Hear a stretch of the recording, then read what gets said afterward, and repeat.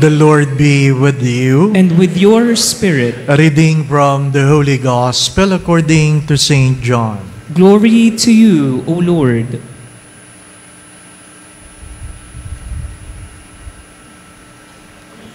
Some Greeks who had come to worship at the Passover feast came to Philip, who was from Bethsaida in Galilee, and asked him, "Sir, we would like to see Jesus." Philip went and told Andrew, then Andrew and Philip went and told Jesus. Jesus answered them, "The hour has come for the Son of Man to be glorified. Amen, amen, I say to you, unless a grain of wheat falls to the ground and dies, it remains just a grain of wheat. But if it dies, it produces much fruit. Whoever loves his life loses it, and whoever hates his life in this world will preserve it for eternal life. Whoever serves me must follow me, and where I am, there also will my servant be. The Father will honor whoever serves me. I am troubled now, yet what should I say? Father, save me from this hour? But it was for this purpose that I came to this hour. Father, glorify your name." Then a voice came from heaven, "I have glorified it and will glorify it again." The crowd there heard it and said it was thunder, but others said the angel has spoken to him. Jesus answered and said, "This voice did not come for my sake but for yours. Now is the time of judgment on this world. Now the ruler of this world will be driven out, and when I am lifted up from the earth, I will draw everyone to myself." He said this, indicating the kind of death he would die.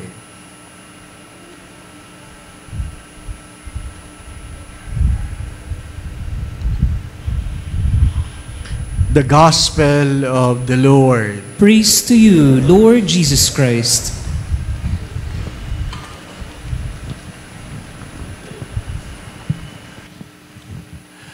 The hour has come. The hour has come. You have to understand that that statement is different from the hour will come. Darating ang araw. Darating ang oras. Pero ngayon sa Ebanghelyo, dumating na. Dumating na. Binibiro ko minsan, si Bishop Sok nung siya'y nag-60. So, ano pakiramdam ng senior? Ano sabi niya sa akin? Huwag kang mag-alala, darating ka rin doon. Kung hindi ka mamamatay. Ano po? Darating ka din doon. Ano yung mga bagay-bagay sa buhay ninyo na pinipilit ninyong itago? Ano pa? Pinipilit niyong i-deny na feeling ninyo hindi darating.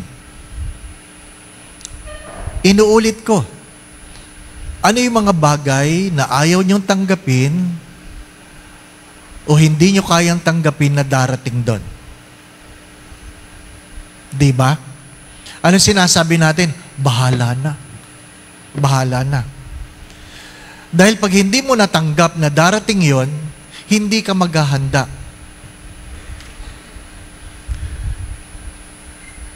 Hello? Tulala na naman kayo. Diba? What are the things you have been trying to deny? The hour that will come. The hour that will come. Yesterday, a friend came and said, "Mama passed away." Sabi ko, when? Last February 5. Last February 5. What I'm trying to say, It came. Nung may sakit, iniisip mo lang, may sakit. Di po ba, no? Pero, yung mga matatanda dito, sorry for the words, sorry for the words. O yung mas may edad,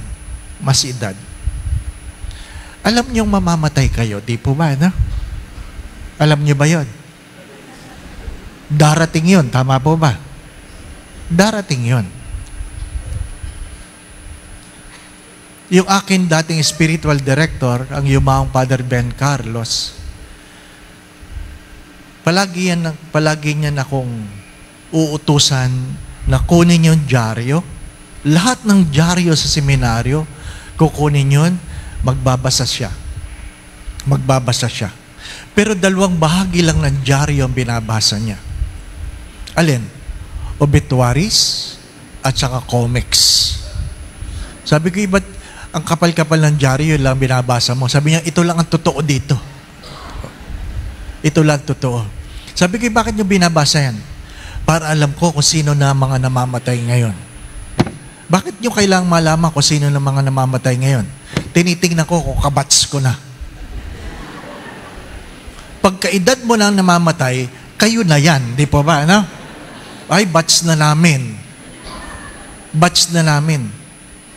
The hour has come. Inamin ni Jesus, this is the hour. The hour has come. Previously, it will come. It will come. Mga minamahal na mga kapatid, pag hindi kayo naghanda at dumating ang araw na yon, sino ang kawawa? Ikaw. Alam naman ng lahat ng estudyante na darating ang araw ng exam. Tama po ba yun? May schedule eh. Ang araw na ito ay finals. Pero, sa araw-araw na ginawa ng Diyos, feeling nila hindi darating yun. No? Feeling nila, makukuha sa prayer yun. Di ba? Feeling nila, makukuha sa mass intention yun. At feeling ng iba, makukuha sa pray over yun. Di ba? No? Yun ang feeling. Kaya pagdating ng exam, bagsak. Di ba? At sasabihin nila, Lord, bakit mo naman ako pinabayaan? Hindi ka pinabayaan. Nagpabaya ka. Bakit? Hindi mo isinaalang-alang ang oras na darating. Tama po ba? Pinag-uusapan namin na kung saan yung isa naming kapatid ay napag-alaman sa recent test, 30% na lang ng kidney ang gumagana. Anong kasunod nun? Dialysis. Di po ba, no? Mabuti kung meron kang pan-dialysis. Mabuti kung kaya mo. Mabuti kung gaano kahaba. Pero, pag nag-dialysis ka, alam mong mas malapit ka na. Di ba? Ano yung mga bagay na pinapabayaan natin? Feeling natin hindi darating. It will come. My dear friends, my brothers and sisters, may gawin ka o wala kang gawin, ang oras ay tumatakbo. May gawin o walang gawin, ang oras ay tumatakbo. Araw-araw kang tumatanda, araw-araw ka nanghihina, at darating ang araw, sabi nga, ikaw ang sisilipin namin sa kabaong. Di ba? Mabuti kung pagsilip sa kabaong, maririnig mo yung patay, ako ngayon, ikaw bukas. Hindi. Yung sumisilip sa kabaong magsasabing, ikaw ngayon, ako bukas. Because it will come. It will come. When our parents are aging, you know that the time will come.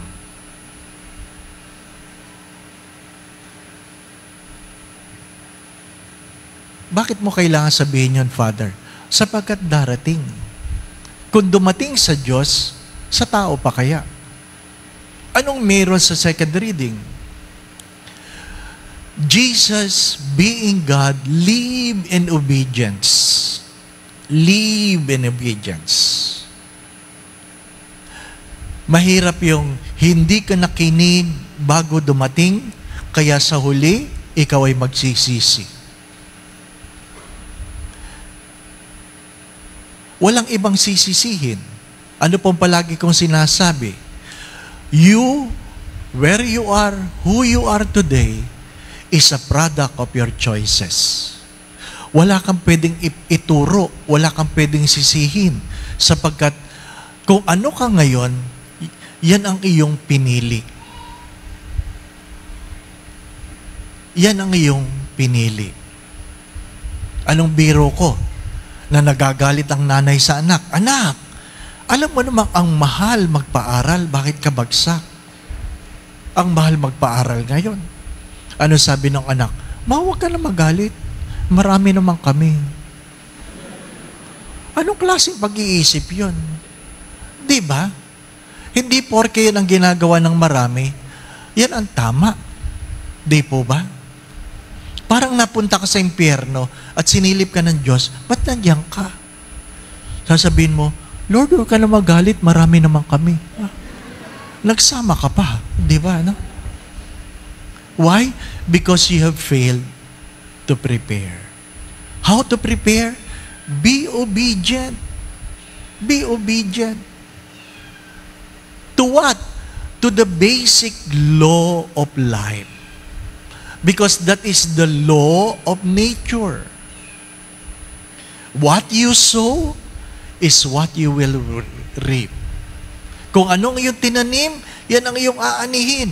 Ang sino mang umani ng walang tinanim, listen, ang sino mang umani ng walang tinanim, ang tawag doon magnanakaw. Pag may inani ka na hindi mo tinanim, ninakaw mo yon. At alam nyo kung saan pupulutin ang magnanakaw. The hour will come. The gospel says the hour has come. And the day will be judged according to how obedient you are. What was the first reading trying to tell us? A covenant is only given by someone who never fails. What we have are contracts. Pag sinabi ng kontrata, both party are capable of fulfilling what you agreed upon. A covenant? Hindi. Only one is capable of giving. That's why there is always a renewal of covenant in the first reading, because the people of God continue to fail to obey. Continue to fail to obey. Hari nawa, ang bawat pagkakataon, hindi sinasayang. Hindi sinasayang. Mga minamahal na mga kapatid, kung ikaw ay may sakit at pinagaling ka, iwasan mo na ang dahilan ng iyong karamdaman. Alam kong masarap kumain. Alam ko. Kasi, lahat ng masarap sa akin ngayon, bawal. Maliwanag yun eh. Hindi inisa-isa ng doktor kung anong hindi ko pwedeng kainin. Ang sabi lang niya, basta masarap, Father, bawal. Kaya pag may nag-aalok, masarap po ba yan? Opo, Father, ay bawal. Bakit? Kasi pag natikman mo na at nasarapan ka, baka hindi ka tumigil. Bakit ko pinangangalagaan yung aking kalusugan? Hindi dahil natatakot ako na ako'y maatake uli. Anong sabi ng doktor? Remember, Father, the second stroke will always be more fatal than the first. Totoo naman yun. Pero nag-iingat ako, hindi natatakot ako doon sa second stroke. Nag-iingat ako dahil tumatanaw ako ng utang na loob sa lahat ng tao na nagmalasakit. Tumatanaw ako ng utang na loob sa mga doktor na nagmalasakit, na hindi nagpabayad. Tumatanaw ako ng utang na loob sa mga taong nagdasal, sa mga taong nagsumikap na tulungan ako sa aking therapy, sa lahat ng bagay. You live a better life not because you're afraid of, but hopefully out of gratitude. Kaya nga paalala ko sa mga anak, mag-aral ka ng mabuti. Hindi dahil takot ka na baka wala kang trabaho pagdating ng araw. Mag-aral ka ng mabuti dahil tumatanaw ka ng utang ng loob sa sakripisyo ng iyong magulang. Ano sabi ni Father Francis Gustilo kanina? Hindi yung video game ka ng video game. Mga minamahal na mga kapatid, bakit ka nagsusumikap magtrabaho ng maayos? Hindi dahil natatakot kang matanggal. Tumatanaw ka ng utang na loob sa pagkakataong ibinigay sa iyo na ikaw ay makapagtrabaho. I think we forget all these things. We forget this. That life is a privilege and never a right. We are not entitled to. We are simply living a life full of privileges. Kaya nga dapat meron tayong utang na loob. At ano po sinasabi ko? Ang utang na loob ay hindi nababayaran. Ang utang na loob ay tinatanaw. Sapagkat darating ang araw, sa ayaw at sa gusto nyo, darating ang araw na ikaw na lang. Kahit gaano kabuti ang ating mga magulang, darating ang araw, mawawala sila. Kahit gaano kabuti ang iyong mga kaibigan, darating ang araw, mawawala sila. Diba? Darating ang araw. Kaya ang aking tanong, ano ang mga araw na yon na ayaw mong isipin?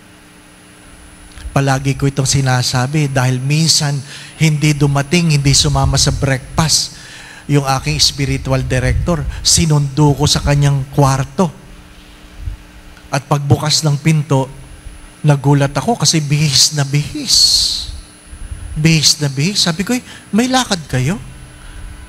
Ba't di nyo sinabi? Sabi niya, wala. Ay, ba't kayo nagbihis na? Bihis na bihis. Naka-Roman collar, itim, naka-suit, naka-medyas, black pants, naka-tuck-in. Aba, talagang, saan kayo pupunta nga? Wala nga. Ay, ba't kayo nagbihis? Ano sabi niya? Kasi kagabi, nahihirapan na akong huminga. Oy, ano ngayon? Nagbihis na ako. Eh, ba't kayo nagbihis? Para hindi nakakahiya, di ba? Na pag tinignan ako sa umaga, at least bihis, di po ba? No? Maganda din yun. Yung natulog ka ng hindi sanay tayong matulog na gula-gulanit, hindi po ba? No? May t-shirt akong gula-gulanit, 3 beses ko lang kinuha sa... Bakit? Father, akala ko basahan na eh. Waka, sarap niyang pantulog eh. Di ba? May t-shirt na masarap pantulog, no? Kahit gula-gulanit. Ha? Yung mga babae pa man din, nung dalaga lang nagbarabra, di po ba, na? Pag tumanda na, tuwalya na lang tinatakip, di ba, no? Totoo naman. Naglalakad dyan sa kalsada, nakatuwalya na lang. Dumating ang araw, wala na, hindi po ba, no? Oh, isipin mo, dinatnang ka, hindi na humihinga. Oh, nakabuka ka dyan, di po ba, no? Isipin niyo kung ano itsura ninyo. Kaya paminsan-minsan magbihis kayo. At least hindi nakakahiya, di po ba, no? Ay, buti pa siya, nagbihis na, di ba, no? Oo. Sapagkat darating ang araw. Darating ang araw. Ang hirap yung nag-away kayo ngayon, bukas wala na siya. Kailan ka hihingi ng tawad? Wala na. Yung mga anak na walang ginawa, sorry ha, yung mga anak na walang ginawa kundi magdulot ng sakit ng kalooban sa magulang. Darating ang araw, mawawala ang magulang mo. At kahit ano ang iyong pagluha, wala na. Hello? Naintindihan niyo ba ako? Darating ang araw. Kung sa Diyos dumating ang araw, tayo, ang ating kapatid, ang ating mga magulang, ay darating din ang oras. Kaya mamaya, mag-practice ka. Magbihis ka. Kung may asawa ka, halikan mo siya. Sabihin mo, patawarin mo ako kung ako ay nakasakit. Sana mapatawad mo ako. Halikan mo. Huwag mong kakalimutang mahal na mahal kita. Iiyak yung asawa mo. At sasabihin niya, bakit ka naman nagpapaalam? Feeling mo ba mamamatay ka na? Siyempre, di ba, ano? At sasabihin mo, hindi. Feeling ko ikaw mamaya. Bakit palaging ako, di ba? Ikaw naman. Sapagkat darating ang oras. Darating ang oras. I'm not kidding, my brothers and sisters. Darating ang oras. Amen. Inaanyayahan ko kayo sa ating Chapel Lenten Recollection that will be on Holy Monday, Tuesday, and Wednesday. Doon po sa mga nagtatanong, wala ba kayong recollection on a weekend? Ako po meron sa March 23. It will start with the anticipated Mass at 6 o'clock. Ano po? March 23 sa San Carlos Complex along EDSA, Guadalupe. Ano po? Going back to what I've said, the day will come, the hour will come, that all your problems will be solved, all your enemies will be gone. Name it, all the things that are bad will pass away. Darating yun. Darating yun. But the sad story is that even the good things will pass away. Your good health will pass away, your youth will pass away, the people you love will pass away. The hour will come. When our father got sick and the doctor said about his condition, I really numbered his days. 19 days in the ICU. Every day I kissed him because I know the hour will come. The hour will come. Yung mga nanay naman, pag ay sinalikan ng anak ninyo, hindi naman ibig sabihin mamamatay na kayo. Ano po? Pahalikin nyo naman. Ano po? Mahirap yung hinalikan kayo ng anak, sasabihin na naman ng nanay, ano na naman ang problema mo? Ano po? Kinikiss ka lang eh. Because the day will come. No one has the luxury of time. The Lord be with you. And with your spirit. Bow your heads and pray for God's blessing. Bless, O Lord, your people who long for the gift of your mercy, and grant that what at your prompting they desire, they may receive by your generous gift through Christ our Lord. Amen. And may Almighty God bless you and your family, the Father, the Son, and the Holy Spirit. Amen. We now go in peace to love and serve the Lord. Thanks be to God.